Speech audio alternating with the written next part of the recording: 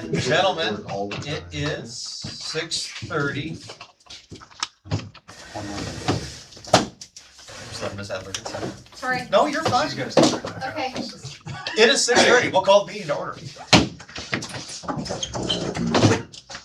I pledge allegiance to the flag of the United States of America, and to the republic for which it stands, one nation, under God, indivisible, with liberty and justice for all.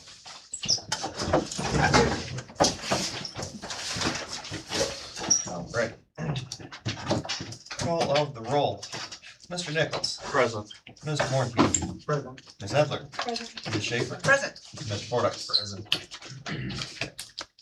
On to number 4, the approval of the agenda. Before we do that, council, it came to my attention this afternoon. There were several updates pertinent to the water treatment plant that Katie believed was appropriate that Forrest address with us. He is here this evening. It'll be okay. With your blessing, I'd like to propose these changes to the agenda as follows. Swap items 5 and 6. And then what now becomes 5 would be the citizen hearing and communications. A, B, C, we add a letter D for Forrest to give us a water treatment plant update. With your blessing, if I could get a motion seconds, and we do that if you're okay with it.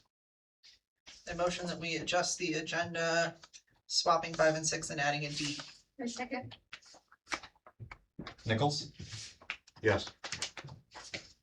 Warnke, Aye. Aye. Edler, Aye. Yay. Schaefer, Aye. Fordyce. Okay, that worked. You're no. Yes, now then, now that we've done that, if we could motion second to approve the amended agenda, please. I motion to approve the amended agenda. Second. Nichols? Aye. Warnke? Aye. Edler? Aye. Schaefer? Aye. Fordyce? Alrighty, alright. So now, number 5 is now citizen hearing and other communications. We'll start with letter A, Polk County Sheriff. They're doing sheriff deputy things. If they come back through, council as always, if we could stop and let them give their report. To letter B, Scott Drey, our fire chief. Good evening, sir. Good evening. 16 total calls for service, 3 fire, 10 medical, 2 rescue, and 1 hazmat. I participated in the initial inspection for the Shell's certificate of occupancy for the contracted condos. They seem to provide a lot there. Here. Go back to the final later on in the next inspections.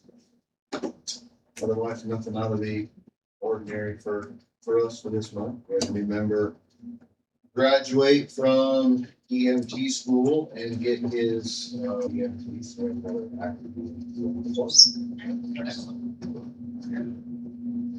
Council, any questions, comments? Staff? Questions, comments? The open is a quiet evening. Josh said we got a couple more that are gonna take it either this summer or fall as time allows. Mercy and especially DMAX needs to be a little, they're tough to get their schedules. They just fit in our schedules to be able to work through. Very good. Thank you very much, sir. Thanks, guys. Okay, letter C, public comments, anything not on the agenda. Council as a reminder, and to the audience as a reminder, we as in council cannot take any action on anything that is not listed on the agenda during the public comment section. We council deems that appropriate that we add it to a future agenda. We should do so with the consensus, but we can't take any action. We try to stay pretty close to that 3-minute mark just for sake of time. So magical doors. Oh, yeah.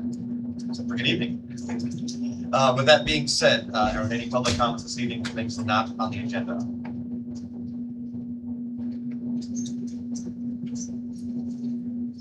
Any public comments going once? Public comments going twice? No public comments. Okay. On to letter D then, Forrest. Thank you, Mayor. Forrest Aldridge with the Street Camp out in West Des Moines. And I've been working with the city, with Ron and Rick, design construction of the water plant right next door. And discussions with Katie thought it would be appropriate for me to just kind of give an update to council where we're at with the project. So I wanted to start out with making sure the residents and council are producing good quality water. It's safe to drink, better water than what we had before. At least that's the feedback I'm getting. So there's nothing wrong with the water quality. There's nothing wrong. It's really good water quality, meeting all our requirements, very safe to drink. But the issue is we're having some continue to have operational issues in getting things to work right the way they're supposed to. And again, it's not affecting water quality. So we are having some nuisance alarms whenever the generator would kick on and off. I think we got all those figured out. Having a nuisance alarm one last week. I think it was hoping it was an outlier and that the problem would go away. We're keep testing that. And the latest thing is with our blower motors. We have a couple blowers that are part of the treatment process that put air into the treatment unit. And we're burning up motors. The blowers are fine, but the motors were burning up. And they're running hot. Getting too much back pressure on them, and so they're having to work too hard. So a lot of speculation on what that is. They are supposed to be running on a variable frequency drive, which changes the speed of the motor. There's one theory that those motors should be pretty easy to check out are not the right type of motor to handle variability that we're asking it to do. Part of it is maybe there's too much back pressure from a treatment unit on the blower. It's one theory that the motors are too big. They don't believe that. Because the VFD is supposed to be able to reduce the speed to handle that if they're too big. We have a meeting with the contractor, equipment blower supplier, the equipment supplier, city staff, and ourselves. City made meet. And we're hoping to go through this line item by line item and come up with some ideas on what we need to fix this. Right now, we are holding $50,000 of payment withheld from the contractor. So we're not releasing that payment until all this gets fixed. If we get to an impasse, we can take that money and hire somebody else to complete the work. We're making progress. I know it seems like it's taking forever, but we are continuing to make progress, and really we're contractor and equipment suppliers and all the subcontractors are working with us to get this problem resolved, and we are making progress. At some point, if we get to an impasse, I'll show up at one of these meetings and say we got to throw in the towel and go somewhere else. For right now, that's going. We're giving weekly updates on where we're at. So please, Yes. thank you. Keep you up to date, and we'll continue to do that until we're done, and we can see. I'm hoping for a quick resolution or somebody puts a multimeter on the right terminals or something and figure out what's going on. I received a photo of some box fans Yeah. on top of blower motors, which I forget the exact cost of that thing over there, but That's not the, that That's was not Ron yeah. coming up with a short-term fix, and I would think that would somewhere be along the lines of like, we don't need to do that or shouldn't be. shouldn't need to do that, right? Yeah, should not need to do that. It has its own air cooling system fans that are supposed to take care of that, but kudos for Ron for coming up with something outside the box. Way outside, but yes, it works. No, thank you for the continued updates, coming out tonight to address this with us. Council, do you guys have any questions or any concerns or anything that's on your mind right now as well, Forrest is here? Not yet. let's see how the next couple of things. We appreciate every hard work on this project. We're hoping to have it buttoned up, but, everything's necessary to make sure it works. Yeah, and that's our goal. Sure, it works. And Ron and Rick and Tom have a plan that they can operate very smoothly. Okay, Deb, you. I was just gonna touch on, I think you had mentioned in months for hoping, that happens to me. But I don't know if you wanted to touch on that. Yes, that's, I mean, we're down to these blower motors. And the contractor keeps buying blower motors at their expense, not ours. But they're gonna get tired. Sure. Or, well, they're gonna get burned out on it. Yes, they're gonna get, yeah, there we go. I like that. Let's get burnt down. I got one good one every meeting. That was it. Do they think it's something wrong with that type of blower motor specifically, or brand, or have we ventured out from that to try something different? I think it's either the type of motor, it's not set up for those variable frequency drive, it may be the type, or maybe something where we're getting too much back pressure. Not quite sure. Hoping to have that resolved and figured out for the meeting we have. Very good. Thank you for your time, sir. Thank you very much for squeezing me in, I really appreciate that. Jordan is here, from East Jensen as well, so if anything comes up later, you think of something, Jordan is here, or otherwise, I'm leaving for another meeting. So Thank you. Thank you. Very good. Thanks for coming. Thanks, sir. That's it. Thank you. Council, if you're okay with it, I see Polk County Sheriff has stepped into the building. If we can double back there and take a report from him. Apologize for being late. Supervisor called about as far as. There's really not a whole lot. We had 61 calls for service up here in Elkhart last month.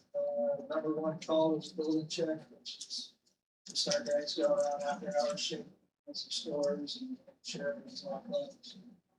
Besides that, it's in the traffic stops and a couple of medical trips and those. What was the last part? I'm sorry. Couple medical trips. Pretty good month up there. You guys have anything for us? Council questions? Yeah, questions? Schools or anything right up here? Yeah. You guys have trouble with schools?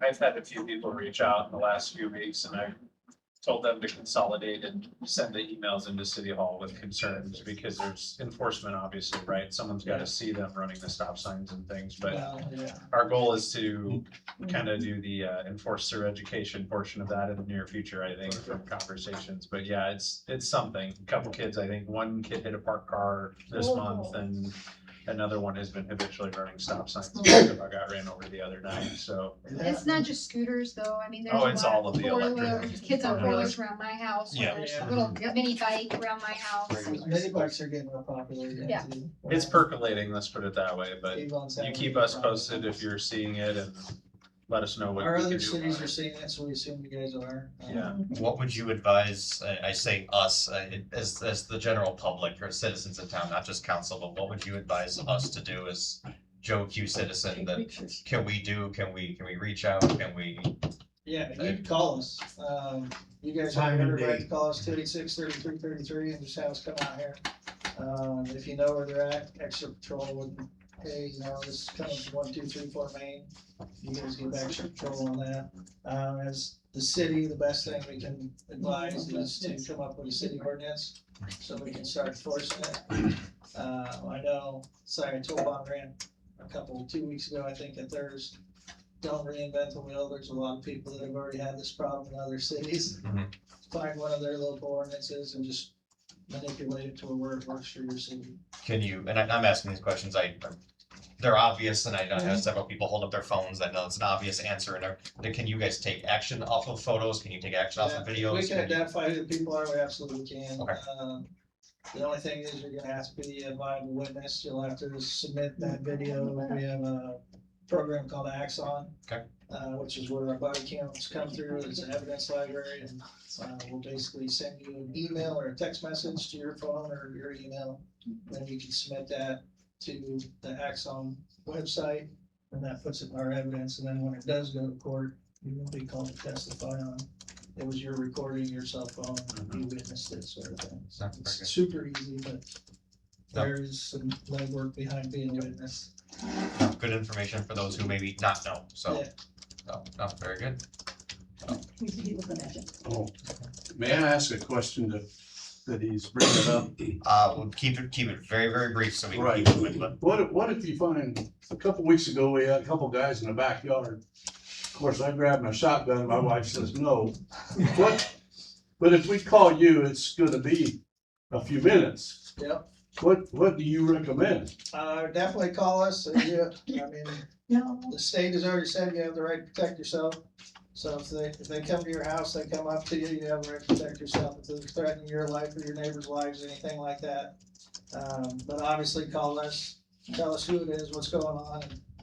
I mean, we're gonna send cars as fast as we can, especially if we know there's firearms involved, but, if you got trespassers, let us know, we'll come up here, we'll get them trespassed, formally trespassed, and then if they're on your land again, we'll go straight to jail for it, so. Thank you. Thank very good.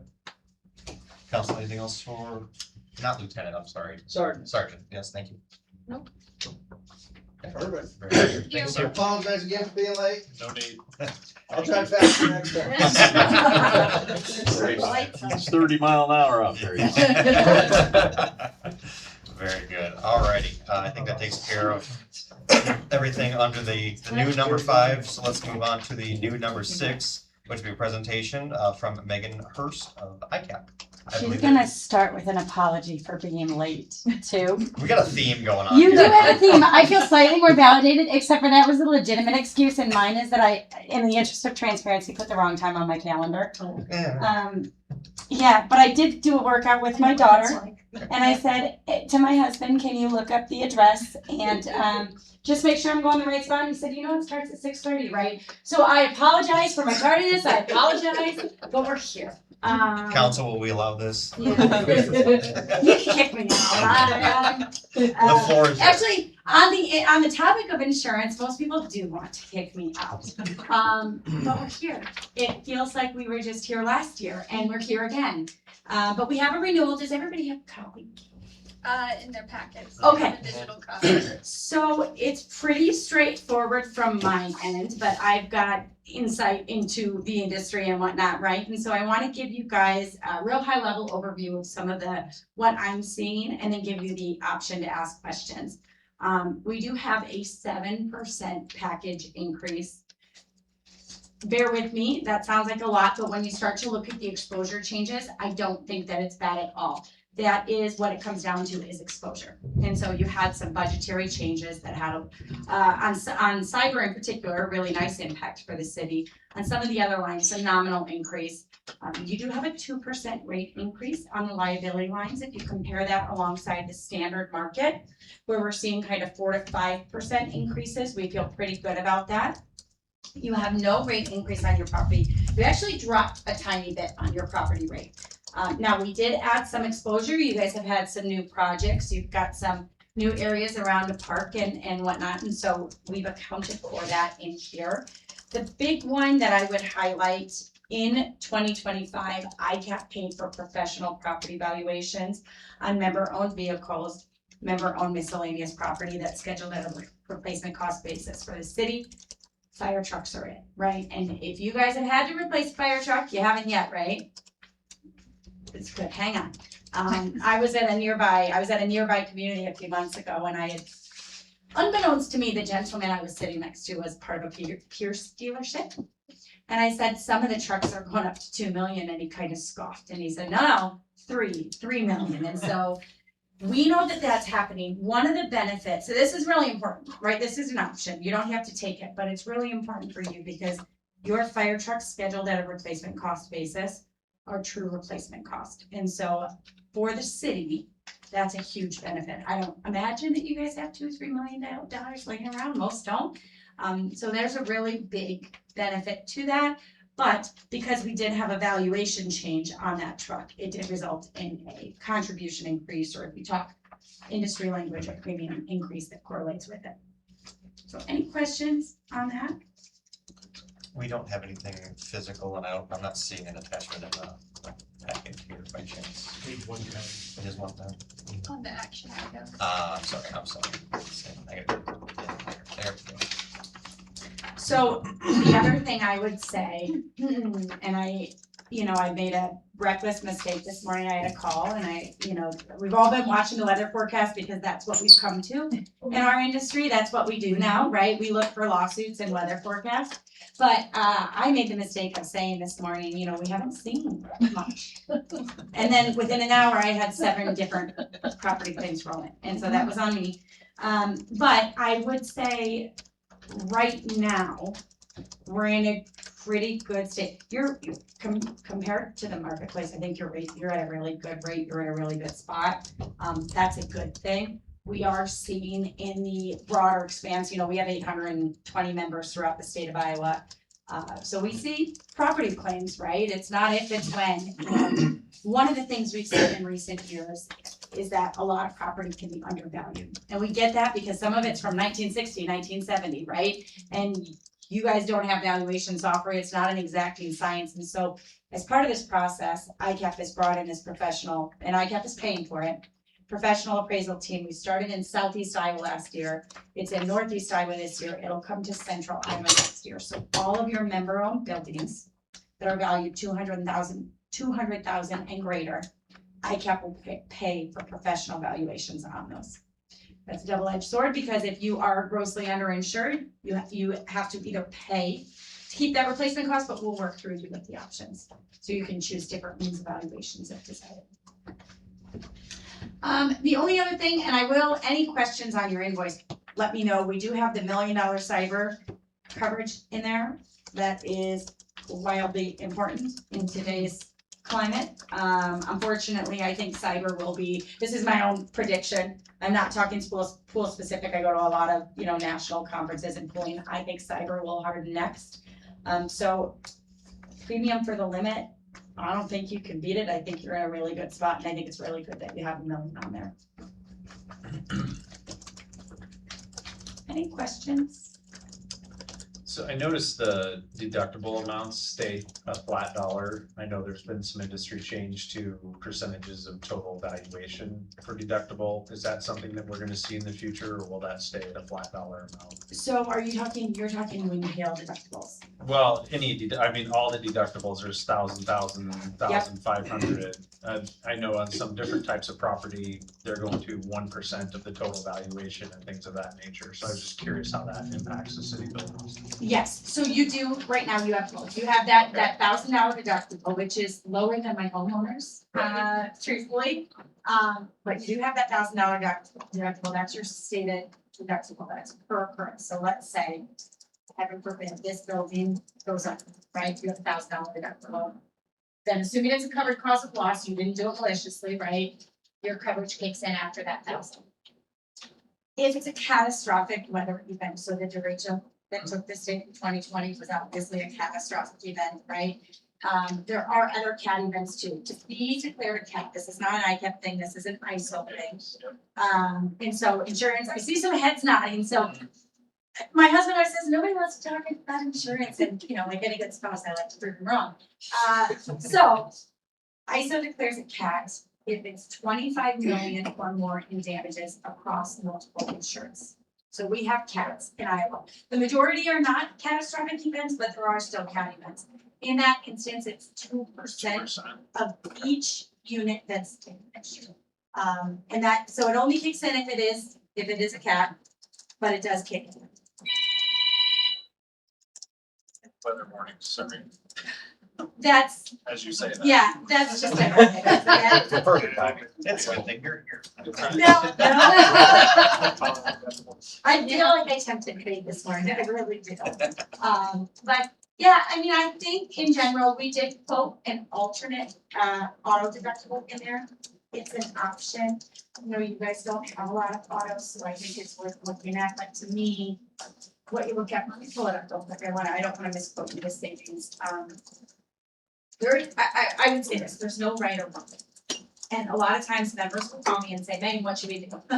no thank you, right? Because the minute I tell you what to do, you're gonna have a claim that you, or not have a claim, you're gonna not have a claim and go, well, we should have gone for the higher deductible, you're gonna have a claim and go, well, we should have stayed lower, and there's no right or wrong, but when I look at it and I go, okay, you have 200 over 1,000 for your deductibles right now. If you go to 1,000, you save $458. $458 is $458, but in one claim, you meet that. And so it's up to the council to say, right, we should go for the savings. And, you know, we believe we won't have an auto incident in the next 2 years, which will bring us home. Or you could say $458 is. Makes sense. Yeah. Doing some math. Which I get it. Yeah. Thank you for. And you have, for your 5-year loss history, you do have, I think that this year that there was an auto claim. Oh, no, you're right. I think you had one this year, but it isn't, again, with the lower sleep, it's not like it's rampant. It's up to you. Okay. Anything else? Council questions? If you're good with the renewal as it is, all we need back is that CTC and what we call the AIA, really dirty language, I know, but we just need a signature. Sending those in buys you the month of your anniversary to the county, so that you're not in a rush. Done this plenty of times so that you're not in a rush. Only other thing I know, I give a lot of compliments to your city staff. We've had a lot of engagement on risk prevention, which doesn't sound very exciting, but I think it's really important. And they've done a lot in terms of, hey, we have sample policies we can help with on this. Can we get a sample ordinance, that sort of thing. And I think that is really telling in terms of, being strategic and forward. So, they're compliments on that. Good to hear. Thank you. Yeah. Thank you. Anything else? I am sorry, I'm late. Thank you for coming. Thank you. Oh, thank you, it's good to see you guys. Have a great meeting. Deb, I missed you.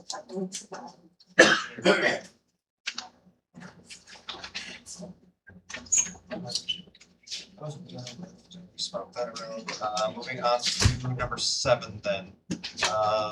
Hearing as requested by property owner of 159 Northwest Elm Street. I get motion second to open the hearing, please. Motion to. Second. Nichols? Aye. Markey?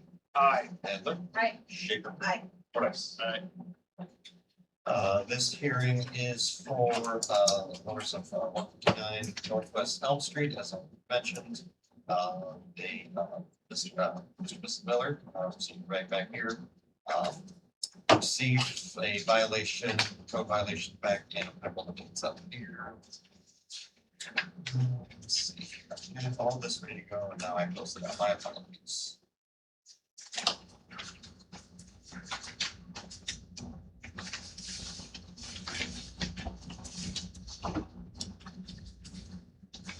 January 2nd. Thank you, Hirst. Thank you.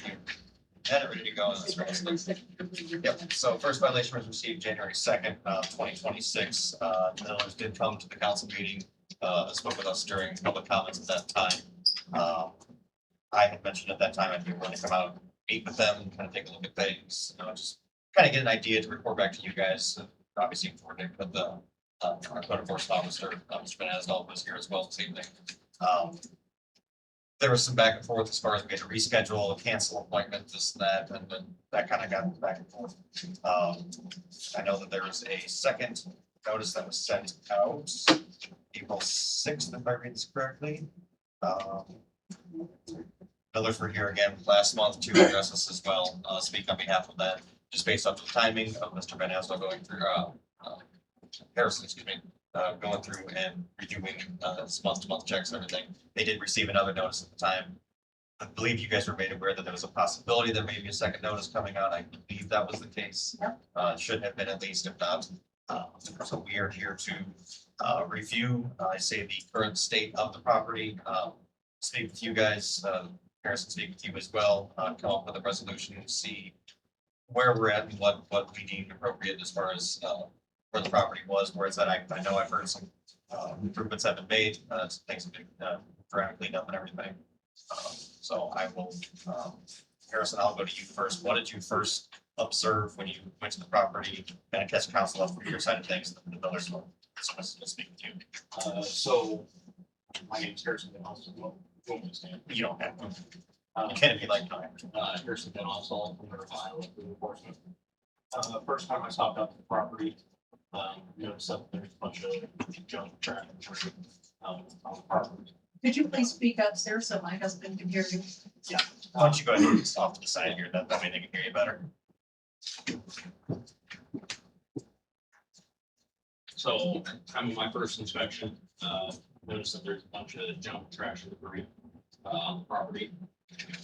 As well as in the brush and as well as outside of, running back in the alley, on the side of the shed. There's, you guys have more pictures and stuff. So you guys can see what I'm talking about.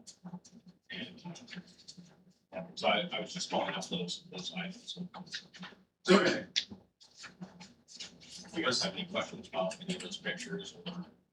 What was what's your opinion of the progress from January 2nd to the pictures we're looking at from April 6th? From the first time I looked at it to the second time, I hadn't noticed any progress. I haven't looked at it since then. When will your next, if you were to just follow a normal If schedule, I was following the schedule, this week or next? Okay. So if progress had taken place since April 6th, you wouldn't see it until your next visit, correct? Okay. Just to clarify. Understood. At any time, were you on anything other than city right of way or city streets property, anything like that? I know that the owner said that. Yeah, they had called me mentioned at one it. time and mentioned that I was on the property. I never walked on anybody's property. I take all my pictures from the right away. Can you Okay. explain Alley how or you street. do that? Do you zoom in or Yeah, just because I I, have a bright they do phone. look I closer can than zoom they in are, but pretty yeah. close, Yeah. so, yeah. Understood. And if you go look at any one of those pictures, you can see that stuff from the street. And had you at any time canceled any meetings that were set up with them or? There was a meeting that was scheduled and then it was, It was going to be held at City Hall informally, and that was, if I remember correctly, that one was canceled. You said February or something? February or something. But wasn't there the initial one that Johnny had mentioned that never took place? Yeah. That was the There's amicable. never Okay. Gotcha. So we had.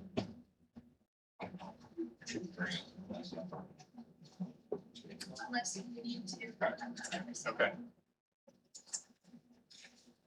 I know we had a couple members of council, came to my attention the day of the meeting. A couple members of council that had, stopped by the Miller's residence as well. Settler, Ms. Schaefer, you guys spoke with Mr. and Mrs. Miller. Tell me about the conversation, what you guys saw, your thoughts, how the conversation went.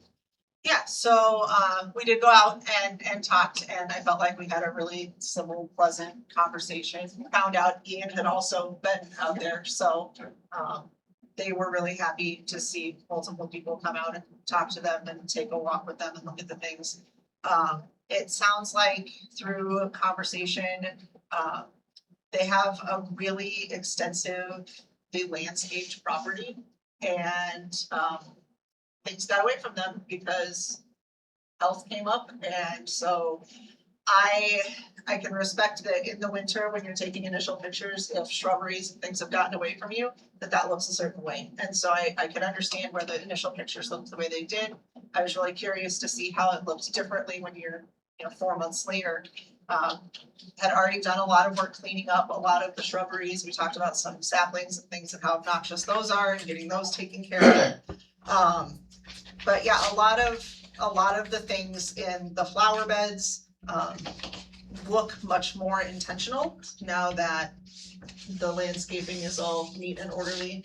And it's the standard, and you can see them in the pictures, but I mean, it's a standard, you know, like kettles and wagon wheels and all the things that a lot of people have in their yards as decoration. And I think as long as the area around them is maintained, then it looks a certain way. I think it just, in the middle of the winter, didn't look great. That being said, we did talk about back behind the garage, and they were already actively working on getting rid of some of the things that were back there. We talked about City Jump Day and potentially getting rid of some more things. So yeah, they seemed super amiable. It was a good conversation. We discussed there's a process to this. We intentionally went with non-city staff for code enforcement so that impartiality was a part of things and it was official. We discussed there weren't a ton of code enforcement officers in existence in the state, but that Harrison came with good credentials, and so we knew this would be a process, and we will make amendments to how we do things as we go if we find that that's necessary. But the process is as the process is, that the letters come out. The intention is not that it's malicious or threatening, and then it's a conversation from there. That all, I think, seemed to make a lot of sense as we went back and forth. I told him, I was like, don't lose sleep over this. This is something that, you know, the whole intention is that we work with you to accomplish the things we all want to accomplish. I was impressed with the progress that had been made, and the acknowledgement that there were a few things that still needed to be addressed. And so, within the confines of our existing policy and how code enforcement works, I think this is functioning as it should. The one thing that we did discuss that I had thought about later, and I still don't have a great answer to because I don't run the world, but terms like junk are offensive to a lot of people organically. Like, nobody wants you to go by your house and say, oh, they have a bunch of junk in their yard. That's not something that creates good feelings inside. There's just no great other words for. And again, nuisance is another terrible word. Nobody wants to be called a nuisance. And so when you get a letter that says you have a nuisance property with junk in your yard, it gives you a certain feeling. And that is standard language, it appears, across the state. I discussed that there are numerous opportunities for us to go to education to learn more about code enforcement and nuisance abatement, because it is such a hot button issue and there are so many different things involved. And so if somebody ever comes up with a better word than junk, and gets that statewide, that would be great. But yeah, I think it started just words had feelings attached, and then there was a letter, and then there wasn't face-to-face time, and now there's been face-to-face time, and I feel like things are headed the right direction. And I did reinforce with them that our expectations of you that you would stay on public property, and if there was ever evidence that you had not done that we would definitely talk with you. I can promise you that has never happened. Because that would be our expectations. I was like, no, if he's ever doing something that's not within the scope of what we expected, we would absolutely want to know that, and we would address that. So, yep, sorry, I talked a lot there for a hot minute, but No. I feel like it went well. Jill? Angie pretty much summed up our whole visit. It was a really great conversation with the Millers. We had a chance to walk around the whole property. The pictures from the winter are very different than what it looks like today. And of course, that's in the winter when, you know, flowers and stuff are dead and not ready for the year yet. We did walk around, and I think, in my opinion, other than the little back side in the alley where the garage is that they're working on, that the rest of the property looks as it should, and the decorations really look nice in their flower beds. And I don't think, in my opinion, I don't think anything else needs to be done except watch that spot behind the garage and make sure that gets cleaned up when you guys can have time to do that. And that's what I think is right. Mr. Nichols, I'll go to you, and then Mr. Smith, I'll come to you. Yeah, it was a separate conversation, but it basically echoed your guys' conversation. A couple things I wanted to add. I will say from the road, it is hard to determine which is their property line and which isn't. And we know that one of the properties right next door to them is also receiving code enforcement. So you can kind of see how the two of them then get blended together. And when we talk about that, they're in agreement that they understand that the Yep. other property is having issues that they see a lot more visually, and to just kind of explain with them that now you can kind of see how it kind of have that trickle effect if someone that's not an expert or someone that knows what's going on can then see it and make it worse.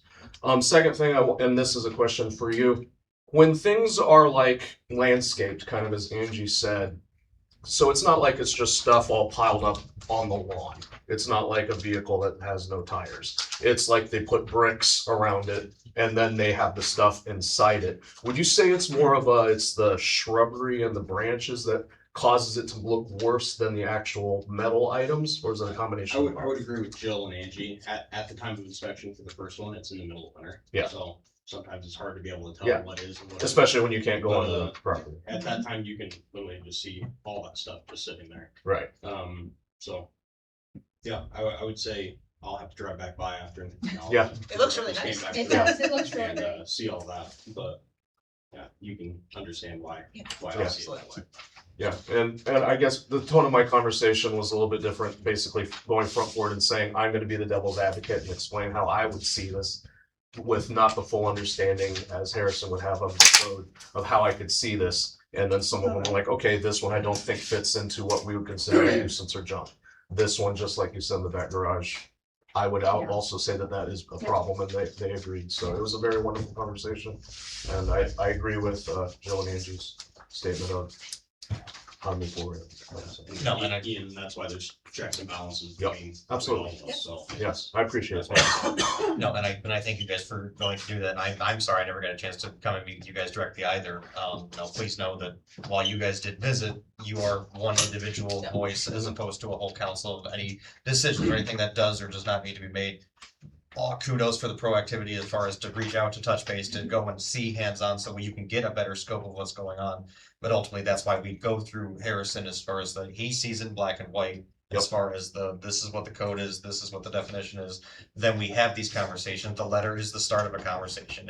It comes across sometimes, yes, and I would agree, some of the verbiage is maybe aggressive, maybe you don't like how it reads. I understand that too. I'd probably be upset about it as well. But it's hey, reach out, let's have a conversation, get a better understanding of what is, what isn't, what needs to be changed, so we can get that better definition. So with that, I'll turn it over to you guys as far as anything that's gone on through this entire process since you received first letter.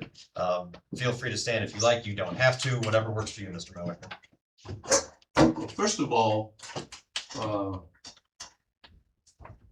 I think Elkhart as a city or a town is somewhat at fault because I don't know what the city codes are.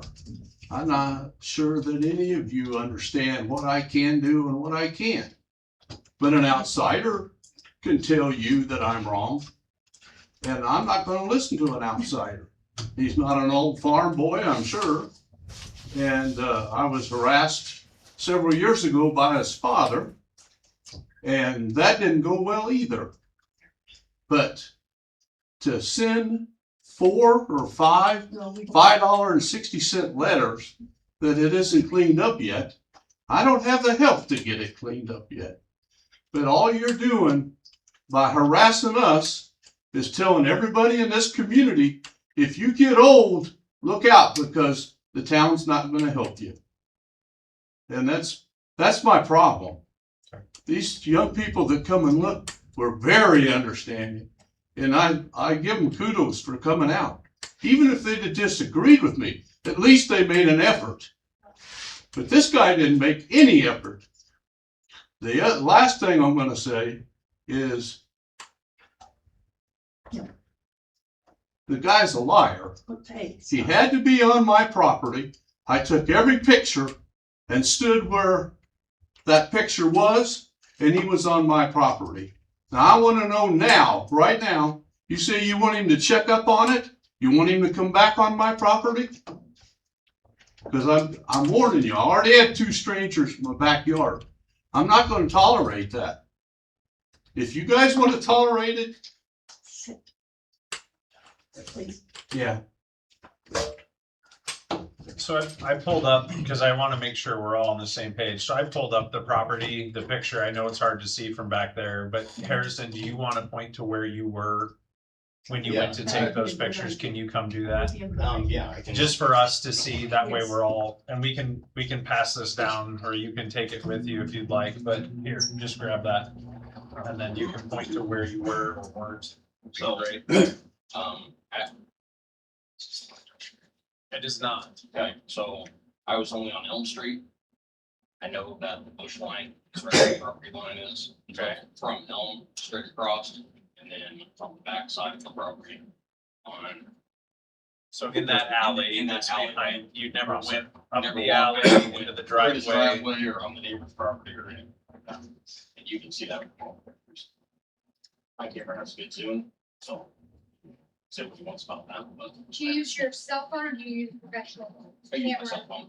It's one of the easiest things to use, and it has just a good camera as a professional camera actually. So, I still believe that anybody that does any inspection or comes on any of your properties needs to be done with prior warning. To send an inspector out free willy-nilly to pick on somebody is not right. Because that's not gonna turn out well. You send a stranger to my door and he's not gonna stay there. Did you go to his door at any time, just to clarify? No, he didn't do nothing. No, I'm making sure that he wasn't on your property. I'm just No. confirming it, because we want to make sure we're taking that seriously. Okay. there was, at one point, a meeting that was supposed to take, but on his property, there, walk around, and it was an email that was sent to me and Katie. I believe you referred that to the changes. And he said something about his Second Amendment rights or permit to carry or something like that. And so we decided that we were not going to be going on his property, on his property. I think it was It was- over phone call. Oh, to over phone send call. email. So, What Harrison's referring to is after the phone call or he had stopped him, whichever it was, then it was an email sent to us as far as a recap of the meeting, Oh, of the okay, conversation. thank There's you. an email that I received. Correct. So That's the email Okay. that we're referring to, just to catch us up as And part. the reason, please forgive me, but the reason we were unable to come to the meeting, he had been in the hospital. Sure. I was down sick. Absolutely. And so, and I texted Katie because I had been ill for almost 2 weeks. And I'm his caregiver. And so, I mean, I'm terribly sorry that it really made a mess, but It didn't make a mess. It just made the second letter seem to go out because it's an automated process Yeah. that they go through. But I mean, again, it wasn't done intentionally. But Yeah. that doesn't make any sense. That an automated letter goes out and. we have to keep them on a certain Oh, yeah. basis, otherwise we This, fall he behind. took the pictures in the middle of winter. Cause I called him and I said, you must not be from Iowa and know that it freezes in Iowa and all those flowers are dead. That's Yeah. enough. That's enough. But oh no, they look bad when they're dead. Yeah, they do. We cleaned them all up every spring for 50 some years. Yeah. But now you got a guy that's headhunting. I can assure you, Mr. and Mrs. Miller, and for anybody else who would receive a code violation letter, the intent is not to upset, not to pick on, not to frustrate, not to anger. It's to, again, what the code is written, how it is written, how our code enforcement officer sees it based off of what he sees on the property, and moving forward from there. There is no attempt to anger, frustrate, pick on any of the terminology. So P&G. we are here to have a conversation, to come up with a resolution, to go from there. So You mentioned some numbers earlier.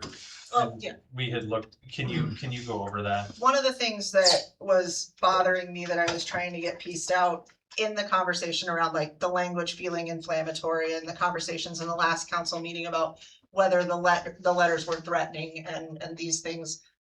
Katie just sent out some data in our last chunk of information, and I'm gonna estimate just a smidge bit because that's how my brain works, but in approximately 100 instances, it was about 60 of them were now all in compliance and had been resolved. There was about 20 of them that were in the process of compliance and were working with the city on resolution. And there were 3 that were not in compliance at this point and in the process of receiving letters and that sort of thing. And just from a logic standpoint, when I think about the places where I'm going to invest my time, if we found out that 50% or 40% of the people in town that had received letters found it inflammatory, then I would definitely want to look at the language and be like, is there something that we can do differently so that it doesn't feel this way? Based on the fact that we're looking at, 60 homes and properties, and only 3 complaints out of that, it leads me to believe that the letters are okay and appropriate at this point in time.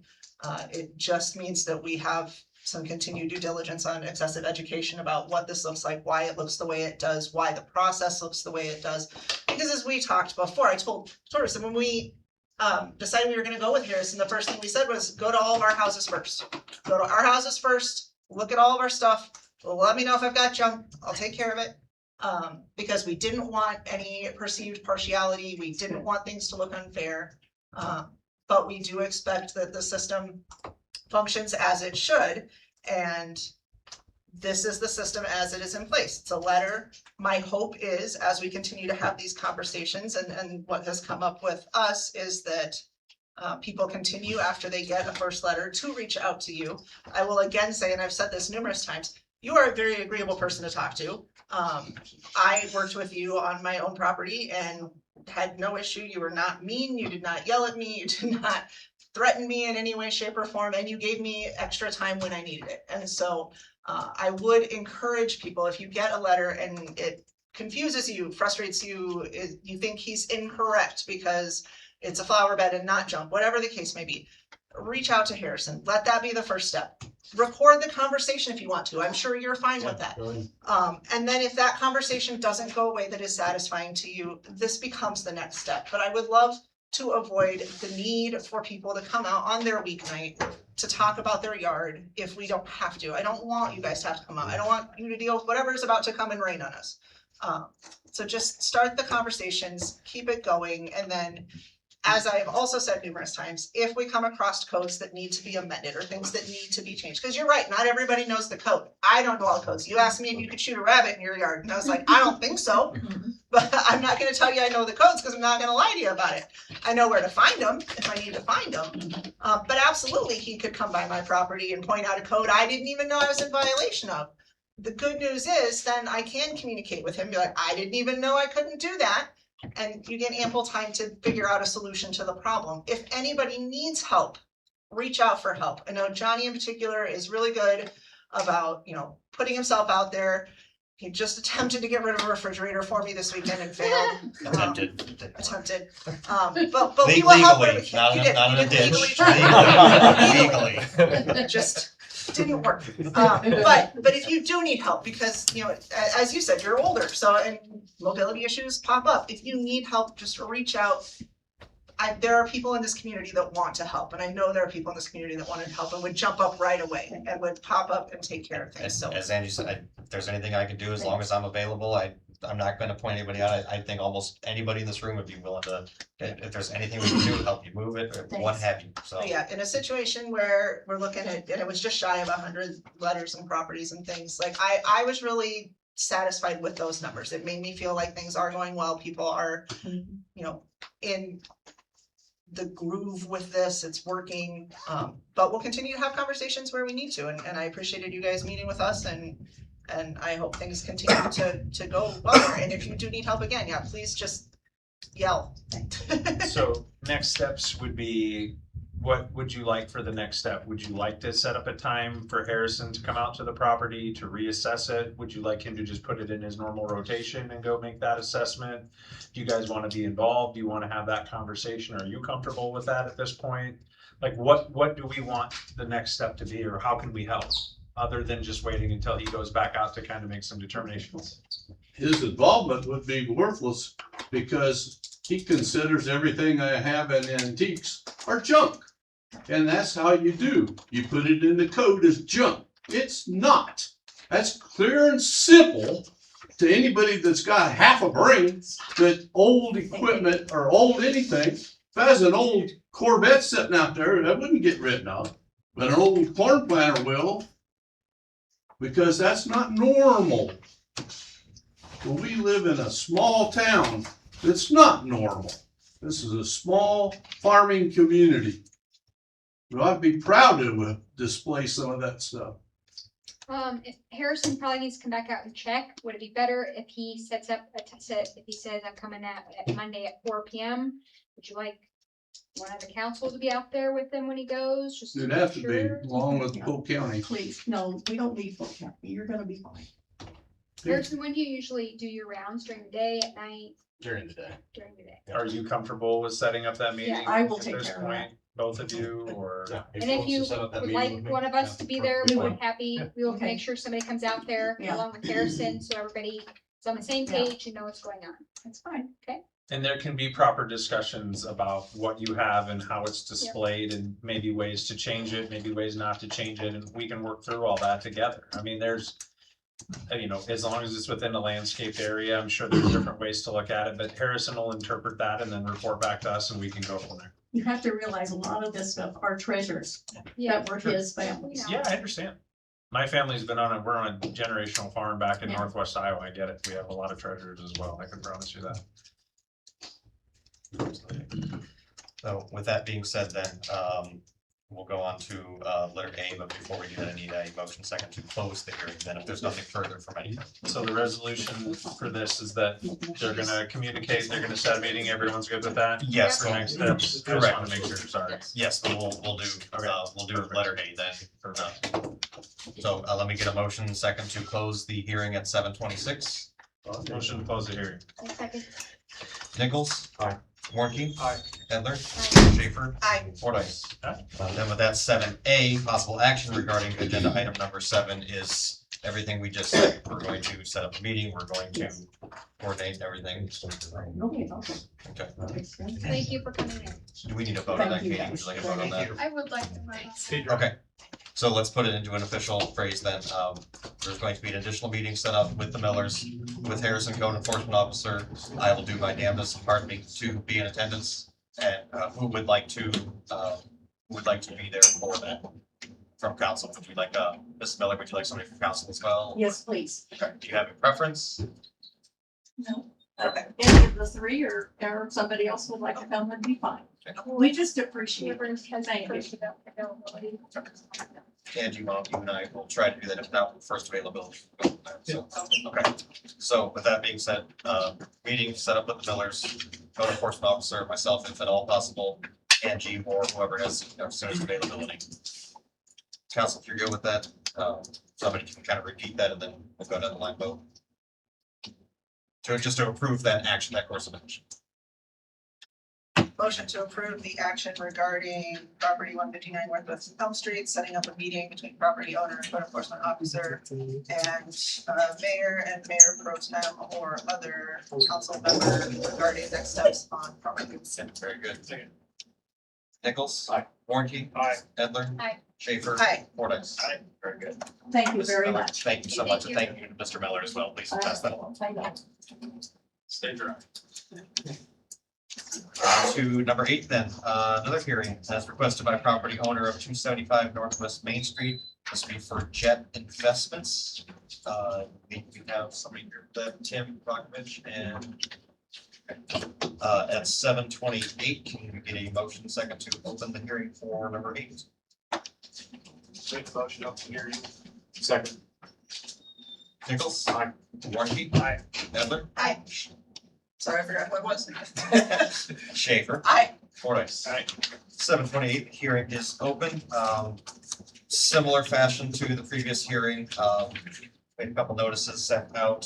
Fortunately, this property did wind up going into abatement, received a third letter from the city attorney, which then sparked the conversation. I believe it was Tim who reached out on behalf of Jet Investments, sent a letter, basically seeking guidance, what steps to take next. If I summarize, paraphrase that well enough. So council, you guys have seen everything in the packet as well, any of the correspondence. With not having any correspondence with you other than that letter, Tim, I'm just gonna turn it directly over to you and John, was it you said? Yeah. Okay. Yeah, I don't have enough, I'm at 6 copies, I'm sorry. But that's. So the property that we're discussing is 275 Northwestern Main. And we purchased that property back in 2018 with the intent of tearing down the house that was on it. There was a house that was in bad disrepair. And we scheduled a burn with the fire department, and they had a test burn on it to get rid of that property of the house. And the garage, I don't think they were interested in doing anything with that. But our entire, purpose of the property, the purchase and everything, is to create a mixed use retail slash single family rental properties pictured there. And through work with the city council back in 2022, it's probably been about 4 years ago or so, we commissioned an architect to look at it. We went through and actually got the pins located. And we started down that process with the administrator and the city council at the time to look at putting something on there. And we pretty quickly came to the conclusion that parking is going to be an issue, like it is in the city, no matter what. And in order to move forward, we needed to address the parking issue so that if we do bring retail slash apartments, things like that, that we don't take up the existing parking that we currently have. If right now that's business parking, and we don't have enough of it as it is, let alone if we did a mixed use there with 3 apartments up top, we're probably talking 1.5 to 2 stalls per person because it does not have garage underneath of it. And at that point in time, there's been transition with the city council over the last 4 years and so that things, and it brought up parking a couple different times and it didn't get much response as far as what our plan would be to move forward. Hence, the garage still on the property. When we got the notices of, what we needed to do, we cleaned up the area around it, and took the junk out around it. In order to move forward with this, we would need to demo the property, start construction, do everything with what's required of putting in the new property. But we don't want to go down the road with too much expenses if we have no opportunity or no ability to put in something that we're looking for. And just essentially demo a property for thousands of dollars in cost and no direction moving forward. Because I think at this point in time, the garage, it says you can't have wood windows, the windows need replaced, roof needs replaced or repaired, paint, things like, well, we're done in the property and we have no intention of using that as any sort of property. Out of curiosity, is there anything physically stored inside the garage? Yeah, Just the structure. No, we've got more or less just, odds and ends. Nothing that's important, in there. But I think our whole thought is if we can't move forward with what we want to do, we have to determine whether we're just going to sell the property or whatever. We probably will incur probably $5,000 to $10,000, once we demo the property. We just push that along to the next property. That's what we do. So it doesn't make sense to replace windows on something. I'm not seeing, very much when you put it in that context. I mean, as far as parking spaces, I don't think it's that we don't want to do parking. I just think there's nowhere Well, we can put parking. yeah, and if you look at that last picture, yeah, essentially what we want to do is a coffee shop. And then maybe have an outdoor open area that opens on Main Street with the garage door on it. But then that last picture that I provided was just one I took before I came here today. When we did the original Main Street renovation, we told them, go ahead and use our right of way to add some parking just for the bar and whatever else is needed for the time being. But we still have an opportunity on both sides of the street there to add the same thing we did on our property.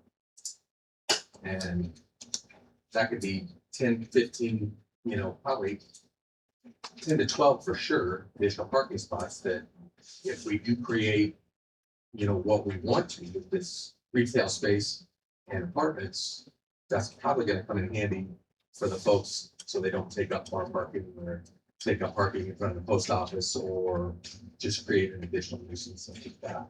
So right now, even if you drove here today on Main Street, you drive by our bar or whatever, it's full. That's a Monday night with, we've got a small one all week long, but that's not nearly a weekend when it's really good. So I'm probably telling a lot of you that we don't have enough parking here, but then I've also heard comments that, well, that's only during truckable. It's not during truckable. We can't bring additional business in here for sure, especially something like that, to add additional, constraints on what we've got. So we're kind of, stuck in a spot here to where, we clean the outside what we could. To go the next step on that, demolition is probably the next step, to progress forward with something that we really benefit the city, we think. But we also need to address, a glaring issue that if we do that, we're just gonna create more havoc on parking, create more problems for everyone. Because we already, we get parking issues and a lot of complaints on parking with the way things are, and we have to really try and police that ourselves before the sheriff shows up because someone's parking in front of something that should be parking. So, Question is gonna be a little bit direct here, and I don't mean it No, go in a negative way. Yeah. Why did it take until the third notice with the vacant from our attorney to reach out to either the city or Harrison or what have you? well, what we did the first go around, we cleaned up the exterior.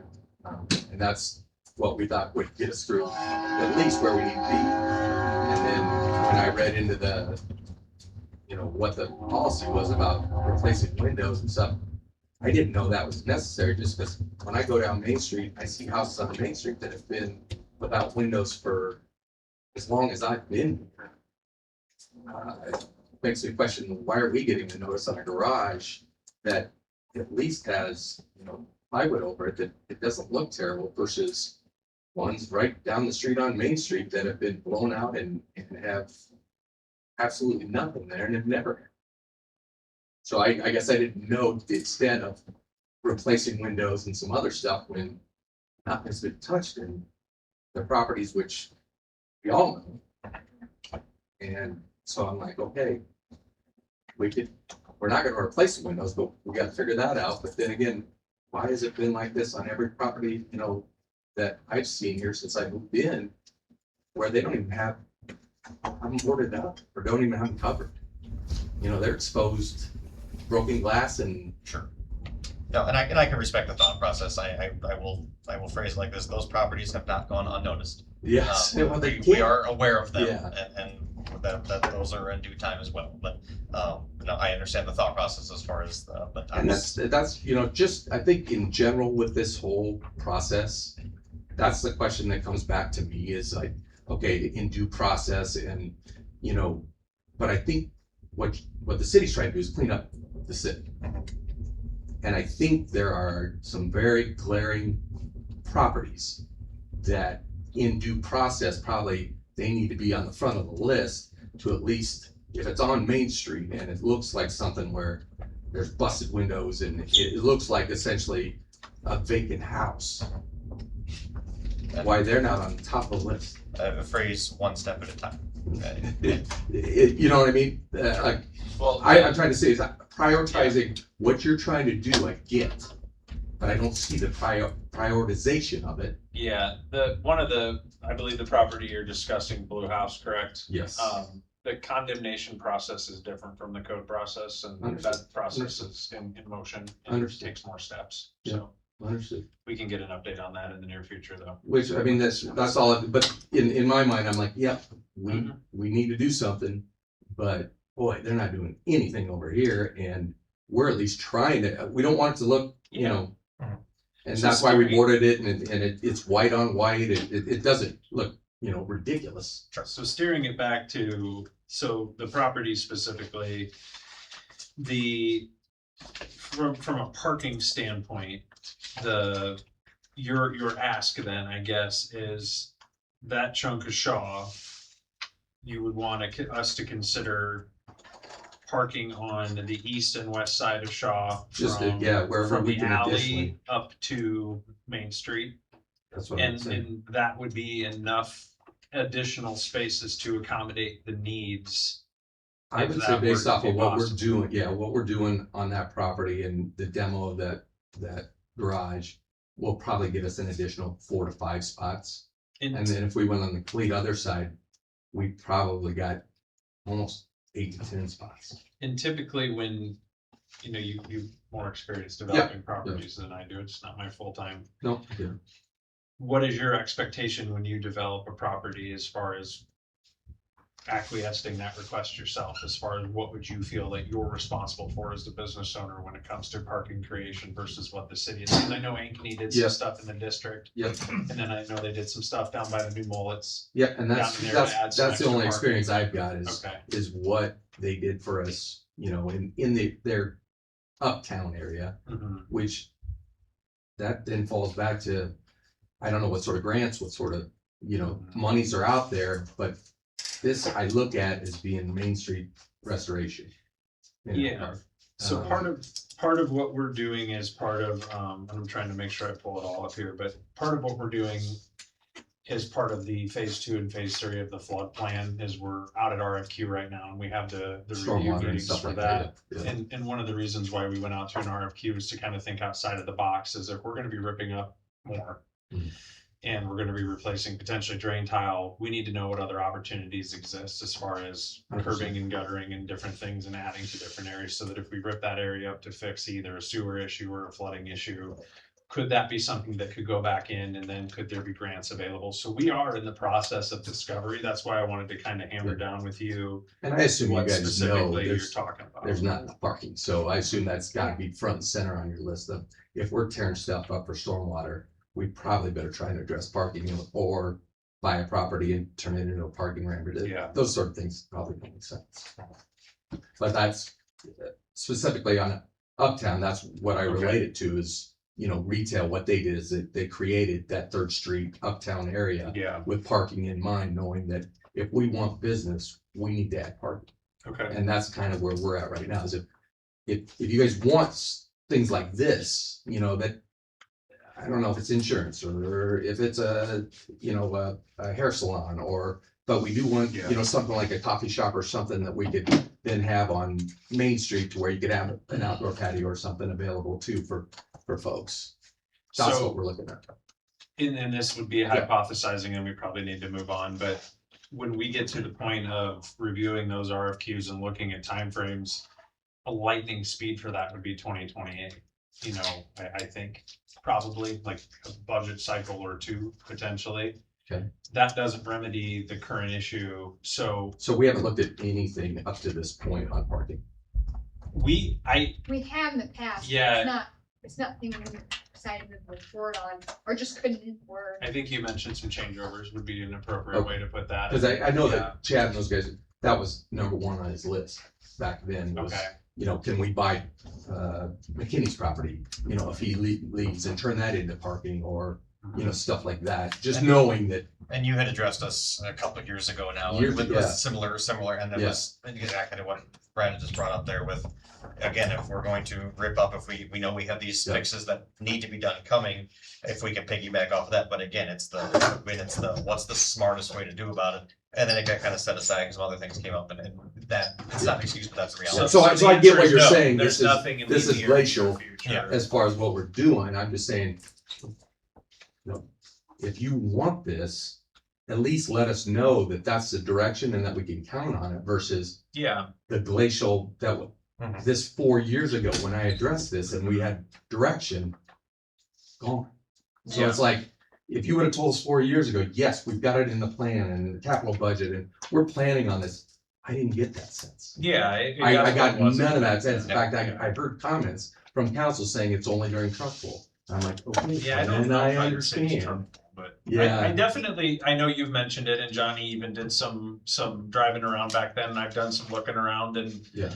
I think adding a business could put some constraints on it, but as it sits right now, you know, you're using Tompkins and all that, and we don't have to get into all that, but Yep. what we'll do is when we review the RFQ process, we will have an emphasis on other projects that we can take on, different funding sources, but I can't make any promises that we're gonna come to a solution that's gonna add it. So you understand why we wouldn't bring the business in if we didn't have. I understand how you feel that way, and if there's Yeah. residents above, it would be tougher. I don't commiserate there, but. And I'm gonna turn to this side of the table at this time, let hear from what you guys have to say, what your thoughts are, where are you at with it? Question for Harrison. Harrison knows that this could be a potential business in the future with the garage the way it is now. I mean, what would you recommend knowing that this is the kind of position that they're in? If they don't wanna fix it up because it's not worth it, because they're gonna tear it down, but that may not be anytime soon that happens. So putting money into something to tear it down doesn't make sense either. I mean, what would you recommend? I see it multiple different ways. Okay. So, just like how you guys said, that there's possibility of something in the future, but you don't know what that is. Yeah. Or how parking works whatsoever. It's a hard thing to try to figure out at this stage. I would definitely say the building needs to be at least cleaned up to the best of its ability, which they have been doing, keeping all the weeds taken down, because there were those vines up the side of the building and all that. If they would like to build there in the future, I'd say something needs to be written down, and when you guys do get to those building stages where you're gonna redo the street and figure out parking and everything, then that building needs to be addressed at that time. So we could put, go ahead. What about like the windows and things that need to be addressed now? Is it something we're just gonna table knowing, or we could, knowing that, or is it something that you need How more far out? now? How far out is, well, it's ultimately up to the city on how they decide to do it. But, Well, that's the magical question right there, is how far out, because Yeah, we are still, exactly. we're working on RFQs and then the conversation of what does XYZ contract bring to the table, and then how far out, and what's the cost and the price point. So that's, to summarize, so Katie, as far as the RFQ process goes, picking the process, or picking the contractor that we're gonna have do designs, put an estimated within X amount of months, would we have some type of an idea of what we may be doing if we're able to add parking, or we find the grants? Are we talking we might have an answer on this in 2 months? Is it gonna be 6 months? I would say probably 6 to 8 months. So 6 to 8 months. So one potential option would be to pause the enforcement on a property until we know what our next steps would be, with an amicable agreement that you would keep up on the landscaping and the things and all of that. But then if we come to the conclusion the RFQ is not gonna work out, the funding's not gonna be there, then it'll go back on you to figure out what we're either gonna sell do, it or sell tear or- it down, yeah. or whatever you wanna do. If But you at guys least give that us would- even a verbal that we know that we see progress, I mean, that's, we were going down that path, and I mean, you know, that's $10,000 that you look at, just getting an architect and getting. Yeah. We were moving forward, and then it just kind of was. Well, I think I see 2 things from this. Number one is we could, if you guys want to, put a pause on it so that Harrison's aware of what our plan is, and say we'll reassess it on X date. And then secondarily, I think it would behoove you to come into City Hall and have a conversation as we go through this RFQ process, maybe. On needs, or at least what we're. What would that be? Probably the middle of June, before we have some, because we're doing the reviews of the RFQs in 2 weeks, I think. I don't have a calendar in my brain. Yes. Yeah. So sometime in the middle of June, come in and we could give you some idea on here's what we've seen, because the council meeting then would be the 3rd week of June. And then we would know from your standpoint kind of what we've seen, and then we could have that discussion. And we with can get those council. numbers as well, as far as head counts, and what we think, what we got for spots, and what we could potentially. So, yeah, so to end it, we would, if you guys wanted to, we don't have to. I mean, the other obvious version of it would be is, no, we need it cleaned up, it's gotta be fixed, and that's the answer.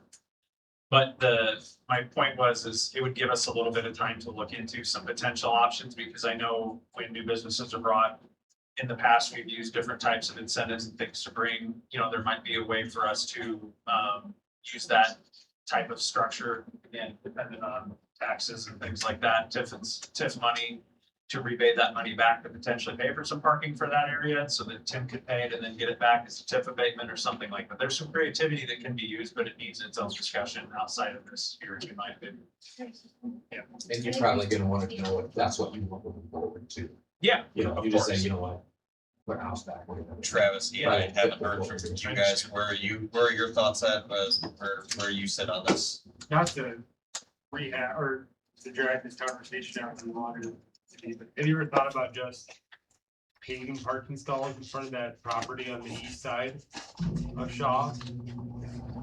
I mean, if the linchpin is waiting for the city to add additional parking to that street.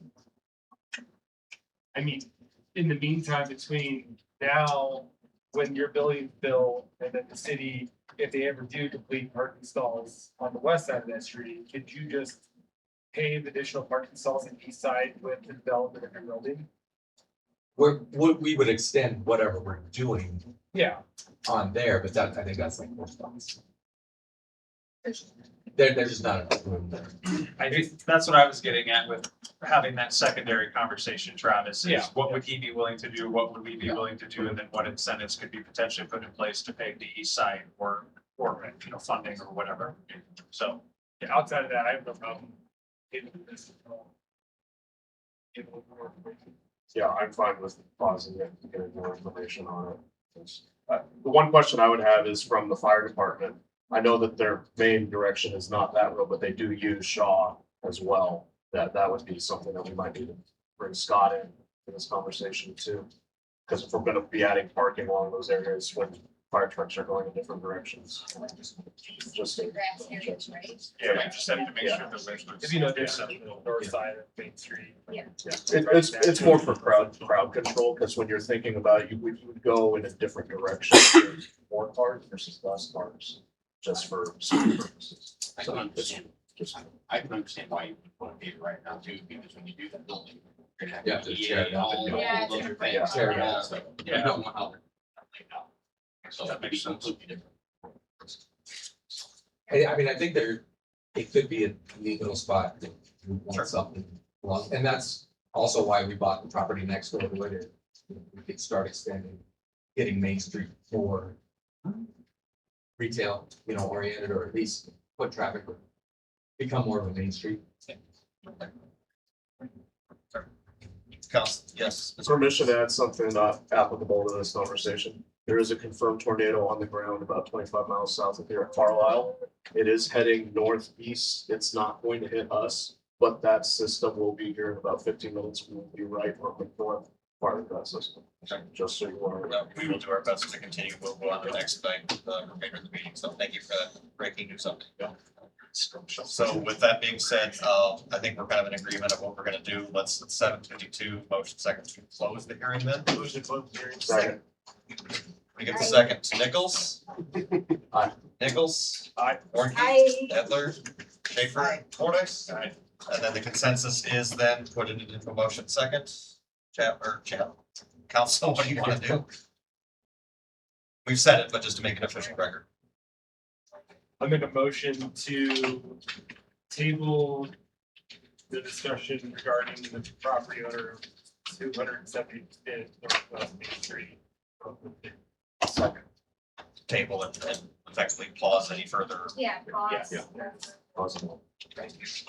Katie, though, are you good with that? Yes, I understand. Okay. And if you could reach out sometime in the near future and set up a meeting for mid to late June with Katie, that would be extremely helpful. And if you want, when you guys are gonna have discussions with your folks too, or with contractors and whatnot.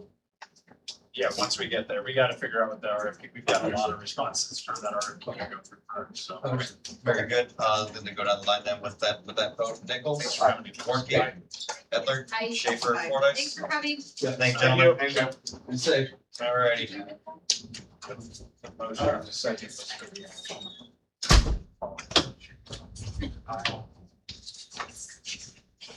Wait just a moment, let poor Deb catch up.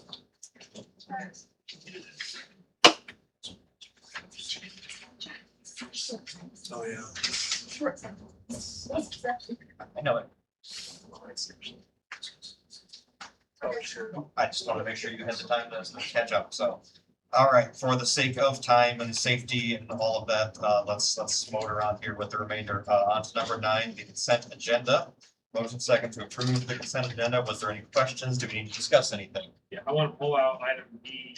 There's a charge for center assistance. Okay, so we will remove, letter E then, council. We will vote on, sorry, D is in Dave. No, B is B is in boy. Bravo. B as in boy. Thank Bravo. you, Bravo. See how I did? Yes. B Bravo, we will move, B Bravo from number 9. We'll vote on that separately. So then, motion second then council to approve all consent agenda items minus letter B Bravo. Motion to approve consent agenda minus B. Second. Nichols? Aye. Orchid? Aye. Edler? Aye. Schaefer? Aye. Fordice? Aye. Number 9, B Bravo, approval of April and May claims submitted. Motion second to approve that one. Motion to approve consent agenda item B. Second. Nichols? Aye. Warranty? I will abstain. Edler? Aye. Schaefer? Aye. Fordice? Deb, thumbs up when you're ready. Looks good. Let's roll. Number 10, business items. Letter A, resolution 2026-33, resolution approving proposed professional building inspection services agreement with Vincent and Kim. Hey, I don't have much to add on this. I think you guys been Didn't, two about this. didn't think so, but I just wanted to turn to you in case you did. So, I can answer questions to the best of my ability. Yeah. council, I assume you've taken the time and reviewed the new proposed agreement. Yes. Have any questions? Do you have any comments? They were here last month. Presented this one. If nothing further, then take it away. Motion to approve resolution 2026-33. Second. Nichols? Aye. Warranty? Aye. Edler? Aye. Schaefer? Aye. Fordice? Aye. Letter B, Bravo. We had that confusion already. Resolution 2026-34, a resolution to enter into a amended 28E agreement for emergency services between City of Amending and City of Elkhart. Did you have anything to add to this? or- I did. Experiences here. That's No questions or comments? Council, take it away then. Motion to approve resolution 2026-34, resolution. Amend 28E agreement for emergency services between city and I will accept resolution and numbers only for the remainder of the evening. Yes. Second. Nichols? Aye. Warranty? Aye. Edler? Aye. Schaefer? Aye. Fordice? Aye. Letter C, Charlie, resolution 2026-35, resolution approving a liability insurance proposal with Iowa Communities Assurance Pool, ICAP. I didn't have any additional questions on that. Motion to approve resolution 2026-35. Second. Second, Edler. Nichols? Aye. Warranty? Aye. Edler? Aye. Schaefer? Aye. Fordice? D, David, resolution 2026-36, resolution approving the City of Elkhart volunteer release and waiver of liability form volunteer t-shirt distribution policy. So this is an initiative the Parks Board is putting in place as they're wanting to get some more volunteers involved to help with city activities, city maintenance, and things like that. So I spoke with with the city attorney a little bit, and he reviewed this policy for the volunteer waiver. And then they are also interested in purchasing T-shirts for the volunteers. So there are some rules that we put in place for your approval before the T-shirts get distributed. Let's recommend approval of it. Yes, Tom reviewed it all and said it was all good. The only thing I don't think is completely rubber stamped yet on the parks end of things was the t-shirt distribution. We were in a little bit of a conversation yet about what that looks like, whether that starts with just like the Parks Board and figurehead people. So at volunteer events, the pink shirt is who you go talk to, and how that expands from there. So and Steph, correct me if I'm wrong, but I don't think we completely ironed out at the parks meeting what that would necessarily look like, because you can millions of t-shirts out if everybody wants to volunteer. So I don't think it prevents us from approving the resolution. I just wanted in full transparency to let you guys know that that is still something that's gonna be ripped into place. Council, would you be okay with approving and then contingent on Parks getting their ducks in a row? Yeah. I say that very respectfully, because otherwise she hit me. That's right. She will. Motion to approve resolution 2026-36. Second. Nichols? Aye. Warnke? Aye. Edler? Aye. Schaefer? Aye. Fordice? That was very close. The weather agrees. E, Yes. Echo, ordinance 2026-2, an ordinance amending the Elkhart Code of Ordinances, chapter 92, to provide new water rates. This is the second reading. We're doing this with the option to waive the third reading or You not? can, I recommend not waiving Okay. any of these readings. Because we have a whole nother month of June Correct. before they need to go into effect in July. Cool. So then a motion second to approve the second reading. Motion to approve the second reading of ordinance number 2026-2. Second. Second to Nichols. Nichols? Aye. Warnke? Aye. Edler? Aye. Schaefer? Aye. Fordice? Very good. F, Frank, ordinance 2026-3, an ordinance amending the Elkhart Code of Ordinances, chapter 99, to provide a new sewer user rates. This is also the second reading. Motion to approve the second reading of ordinance number 2026-3. Second. Second to Warnke. Nichols? Aye. Warnke? Aye. Edler? Aye. Schaefer? Aye. Fordice? Aye. G, golf. That's for you, Josh. Thank you. You're welcome. Ordinance number 2026-4, an ordinance amending the Elkhart Code of Ordinances, chapter 100, to provide new stormwater service charges. This is also the second reading. Motion to approve the second reading of ordinance number 2026-4. Second. Second to Warnke. Nichols? Aye. Warnke? Aye. Edler? Aye. Schaefer? Aye. Fordice? Aye. Deb, you good? Yep. Okay. Discussion items, number 11, review current UTV, ATV ordinance. Council, do you have any comments, questions on this, based off of how it's currently in our ordinances? I know there were comments about ATVs riding around and scooters and all kinds of things, but Right, that's really about enforcement. correct. Oh. There we go. Works great. I mean, it's like- You got a backup generator? It went out, it came back on and Johnny clapped like he did it, but he didn't. It's fine. It came on, this was one class. I know. This That's what I building is said. not allowed. No, Okay, that's why we get into it. no, but we got a bicycle out back if anybody wants to, it's hardwired in, so. Back on track, sorry. Motion to table this conversation until the June meeting. Yeah. Okay. Second. Then we can talk about the electric scooters. Okay, motion to table, Nichols. Oh, yeah, we already had the motion today. Who had the second? I'm sorry. Nichols had the second. Nichols. Aye. Warnke. Aye. Edler. Aye. Schaefer. Aye. Fordice. I don't know why. Okay. Number 12 then, reports of elected officials, city staff, standing committees. We have them all in place. Katie, do you have anything to add? Deb, do you have anything to add? Mike, did you have anything? Just that we met last Monday, we reviewed the comprehensive plan materials that have been received today. The only question I would have, and Jill, you can follow with me later on this one, but it's a question for everybody. I know that you had put in your report that ECBC was looking for people to staff the hay rack, whatever. I thought I heard some buzz about that earlier. If you could Yeah. send us an email, just an update of I what sent, they're looking for. when I sent the original, when I sent it to Deb and, Katie, but I also called Brad, so he knew about it too, or if he can talk to the end, so he can work out something, but it sounds like, I don't think they need the hayride anymore, because Katie volunteered, they're in her position, but regardless, they still need volunteers, they're low on people to take tickets, everywhere needs help, so if anybody can volunteer, Yeah. they need help.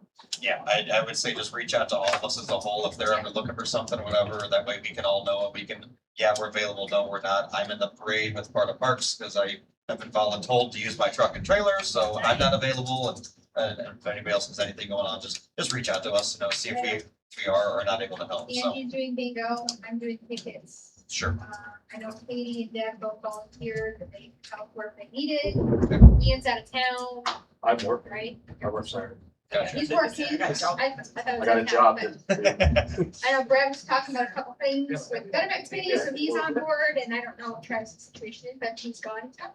Very good. Very nice. just let us know what we can or can't do to help if anything else is needed, so. 13, we'll touch on this briefly, 2026 city time capsule, what's the latest with that? Sounds like we're opening it the Tuesday prior to the festival, and then we are I don't wanna say reburying things, but putting things back in, resetting things, that's a resealing, that sounds a lot more professional. Yeah, so I reached out to Andrew Corey to ask how we can help, how the city can help with this process. And he basically requested that we help reseal it back up for the next 50 years. So we're recommending to do that just after the 4th of July. So we can have some time for the North Polk School Board's gonna help get some items to put in there. And then so we can have some time for some ideas of what to put in it. Okay. Very good. Side notes, food truck, what are we doing? Are we doing food truck? We're not doing food truck? Okay, yeah. So I talked to Lori and she recommended reaching out to Tucker Maxwell. Okay, so I reached out to Tucker Maxwell. He has provided food in the past for their events, and so I'm waiting to hear back from him. And if that doesn't work, then I'll reach out. Sounds good. Very good. Number 14, group vote here. Aye or nay? Aye. Aye, okay. Aye. Done my motion. Second, officially Yeah. second to adjourn. Brad seconds. Fordyce second. We're all adjourned. Thank you so much. Get home safe.